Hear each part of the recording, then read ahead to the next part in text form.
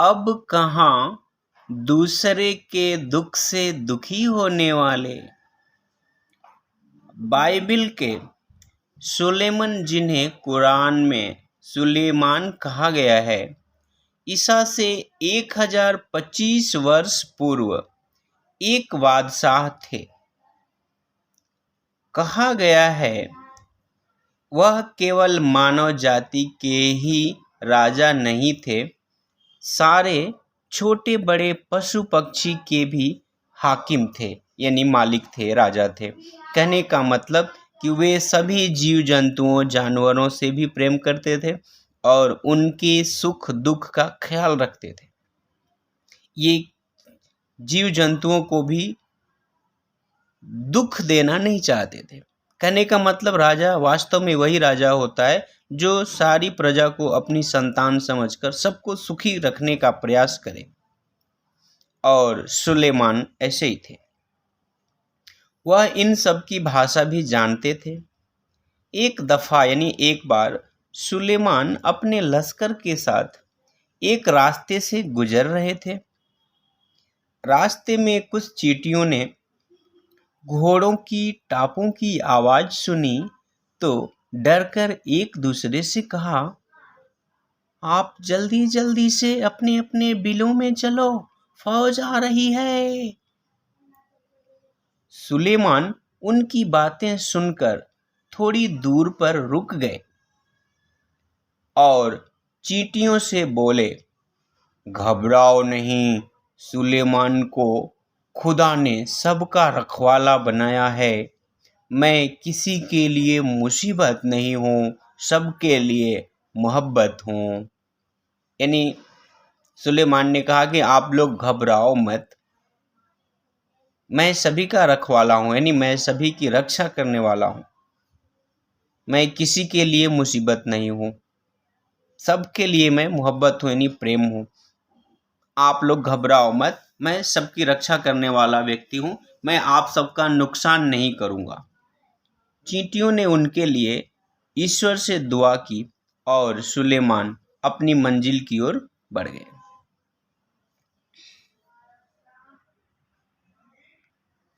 देखिए, इसमें आगे बताया गया है कि उन्होंने अपनी फौज को रुकने के लिए कह दिया और चींटियों को कहे कि आप लोग आराम से अपने अपने बिल में चले जाइए।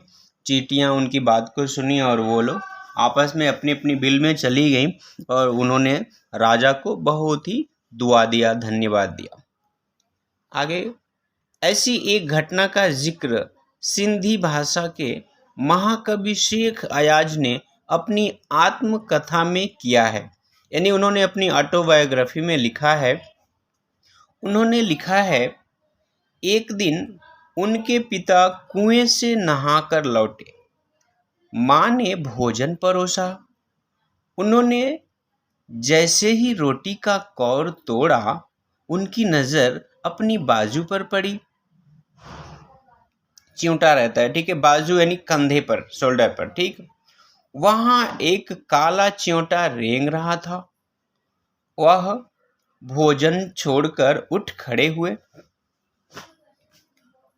माँ ने पूछा, क्या बात है, भोजन अच्छा नहीं लगा?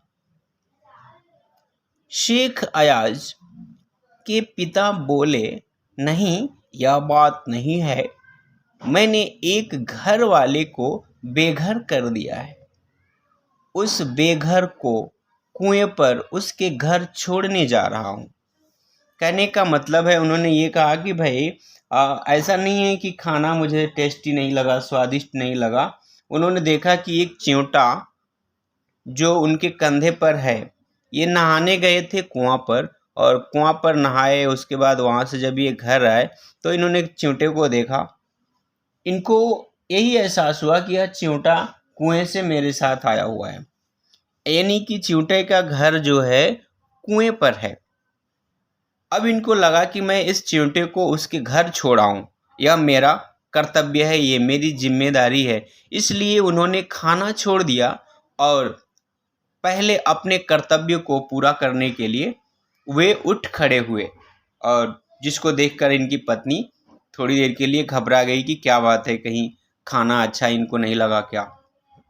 तो ऐसे होते हैं लोग, इंसान, महान इंसान, जो अपनी सुख सुविधा नहीं बल्कि अन्य लोगों की सुख सुविधा का भी ख्याल रखते हैं।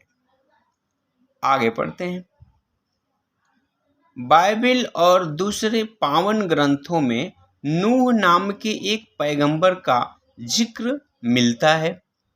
उनका असली नाम लश्कर था, लेकिन अरब ने उनको नूह के लक़ब से याद किया है। मतलब कि उनको नूह के नाम से लोग याद करते हैं। वह इसलिए कि आप सारी उम्र रोते रहे। इसका कारण एक जख्मी कुत्ता था। नूह के सामने से एक बार एक घायल कुत्ता गुजरा। नूह ने उसे दुत्कारते हुए कहा, दूर हो जा गंदे कुत्ते। इस्लाम में कुत्तों को गंदा समझा जाता है। कुत्ते ने उनकी दुत्कार सुनकर जवाब दिया, न मैं अपनी मर्जी से कुत्ता हूँ, न तुम अपनी पसंद से इंसान हो। बनाने वाला सबका तो वही एक है। देखिए, उन्होंने कहा था कुत्ते को कि दूर हो जा गंदे कुत्ता,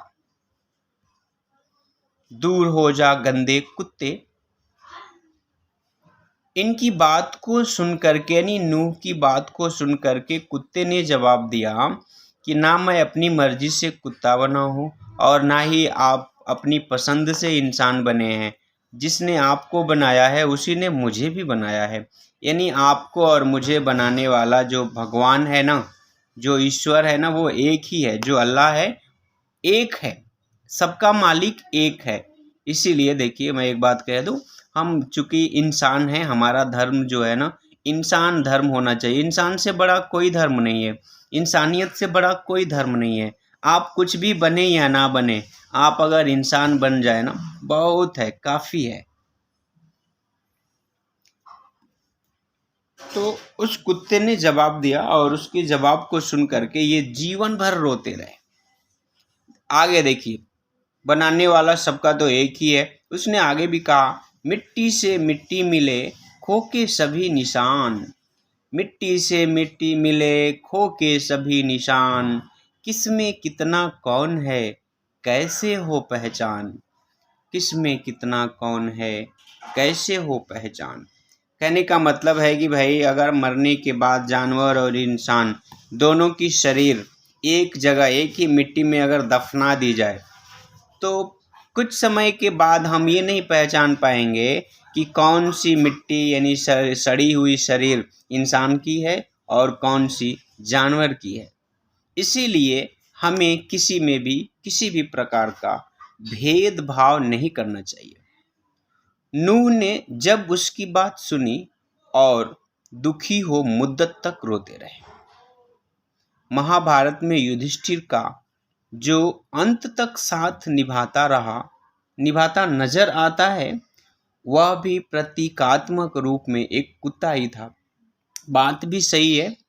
युधिष्ठिर के भाई, पत्नी, रिश्तेदार सभी लोगों ने एक एक करके साथ छोड़ दिया, लेकिन अंत तक उनका जिसने भी साथ दिया वो एक कुत्ता था। सब साथ छोड़ते चले गए तो केवल वही उनके एकांत को शांत कर रहा था।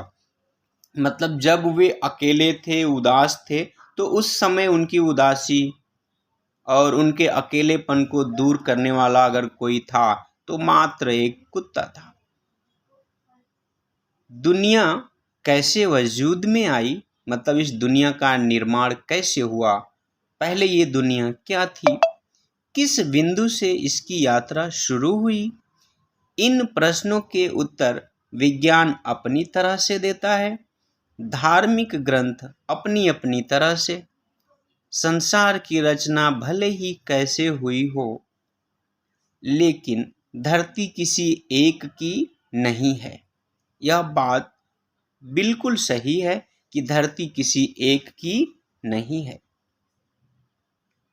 पंछी यानी पक्षी, मानव, पशु, नदी, पर्वत, समंदर यानी समुद्र, ओशियन आदि की इसमें बराबर की हिस्सेदारी है। यानी जितने जीव जंतु हैं इस धरती पर सभी का बराबर का हिस्सा है। सभी जितना हम मनुष्य इस धरती पर अपना हक जताते हैं उतना ही हक उन जानवरों का भी है। क्योंकि देखो भाई, सभी इस जीवन में ना एक किराएदार के रूप में आए हैं और सभी रह रहे हैं, सभी को फिर यहाँ से चले जाना है। तो जितना हमारा हक है उतना दूसरे का भी हक है, यानी चाहे वो कोई जानवर ही क्यों ना हो। इस धरती पर सभी का बराबर का हक है, सभी बराबर के हिस्सेदार हैं। इसीलिए हमें कभी किसी के हक को छीनना नहीं चाहिए। जियो और जीने दो। आगे बढ़ते हैं और कह रहे हैं कि यह और बात है कि इस हिस्सेदारी में मानव जाति ने अपनी बुद्धि से बड़ी बड़ी दीवारें खड़ी कर दी हैं, यानी समस्याएं खड़ी कर दी है, अन्य जीव जंतुओं को मुश्किल में डाल दिया है। पहले पूरा संसार एक परिवार के समान था, अब टुकड़ों में बंटकर एक दूसरे से दूर हो चुका है।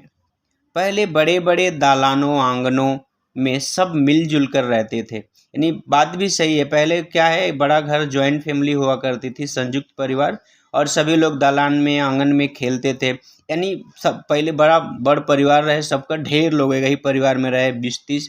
कुछ जगह आज भी देखे के मिलेला ये तरह का बात, लेकिन भाई अब बहुत कम हो गई बा, अब बहुत कम हो गया है। अब छोटे छोटे डिब्बे जैसे घरों में जीवन सिमटने लगा है। यानी अब जो है ना, छोटे छोटे डिब्बे के जैसे घर में, जैसे शहर में आप फ्लैट में अपार्टमेंट में रहते हैं ना, तो आपको बताने की ज़रूरत नहीं है। फ्लैट में जो भी अपार्टमेंट बने हुए हैं ना, डिब्बे से कम नहीं, वो डिब्बे के ही जैसे हैं। घर के अंदर गए, बंद हो गए आप।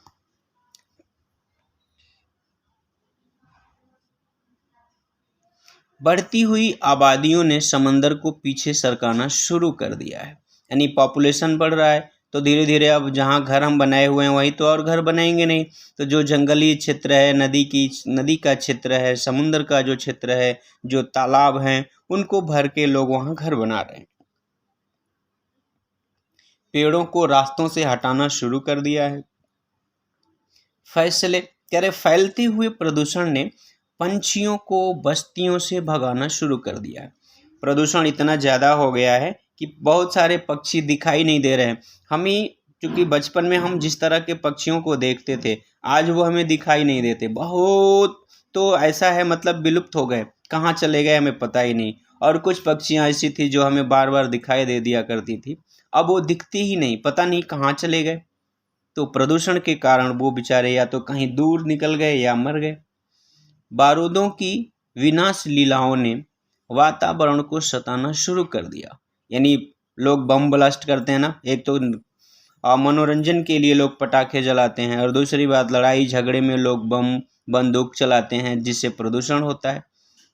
अब गर्मी में ज़्यादा गर्मी होती है, बेवक्त की बरसात होती है, यानी बिना समय का बारिश, और जब बारिश होना है तो सूखा पड़ जाता है। तो ये सब मनुष्य के कर्म का फल है।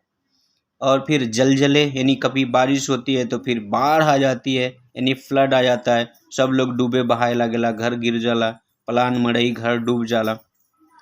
सैलाब आ जाता है, तूफान, और नित नए रोग, नई नई बीमारियां आ रही। कोरोना इसी की देन था, ठीक है, नई बीमारी।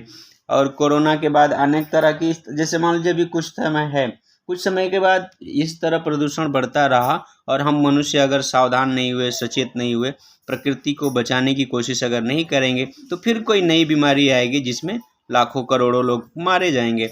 इसलिए हमें सावधान हो जाने की ज़रूरत है। मानव और प्रकृति के इसी असंतुलन के परिणाम है। यानी मनुष्य और प्रकृति के बीच ये जो असंतुलन है ना, जो हम बैलेंस नहीं बना रहे हैं, इसी का परिणाम है अनेक प्रकार की बीमारियां आना। नेचर की सहन शक्ति की एक सीमा होती है, यानी जो प्रकृति है ना, तो बर्दाश्त करने की उसकी एक सीमा होती है, नहीं लिमिट होती है। अगर हम बहुत ज़्यादा ओवर करने लगेंगे ना, तो फिर प्रकृति भी बर्दाश्त नहीं करेगी, और वो क्या करेगी।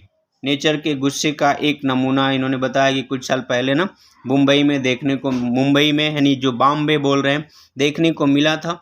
बहुत ही डरावना था। बम्बई निवासी डरकर अपने अपने पूजा स्थल में अपनी खुदा, भगवान, ईश्वर, जो भी जिस धर्म से संबंधित है सभी लोग जो है ना दुआ मांगने लगे थे, प्रार्थना करने लगे थे कि भगवान, अल्लाह, ईसा मसीह जो भी हैं भाई, हमें बचाओ। 3 जहाज़ों को समंदर ने 3 दिशाओं में ऐसे फेंका जो कभी फिर सुधरने लायक नहीं हुए। तो इसलिए हमें प्रकृति के साथ छेड़छाड़ और खिलवाड़ नहीं करना चाहिए। अगर हम सुखमय जीवन चाहते हैं तो वातावरण के साथ तालमेल रख के पर्यावरण को स्वच्छ और साफ सुथरा बनाए रखें तो ही संभव है। अन्यथा मुसीबतों का आना लगा रहेगा, जाना कैसे होगा पता नहीं। खैर, आज के लिए इतना ही। मेरे इस चैनल पर प्लेलिस्ट में देखिए आपके पूरे पाठ जो कविता है ना, आप अगर कोई कविता, चूँकि किताब पढ़ रहे हैं ये आप, तो कविता है ही, तो सारी कविता और आपकी सारी कहानी, प्रश्न उत्तर, कुछ मॉडल पेपर भी हैं, पुराने प्रश्न और उनके उत्तर, क्वेश्चन पेपर, तो आप देखिए और आप उसका फ़ायदा उठाइए। आज के लिए इतना ही। अगली वीडियो मैं जल्दी ही अपलोड करूँगा। तब तक के लिए अलविदा। जय हिंद, जय हिंदी। जहाँ भी रहें सावधान रहें और ऐसे रहें कि किसी का दिल ना दुखे। धन्यवाद।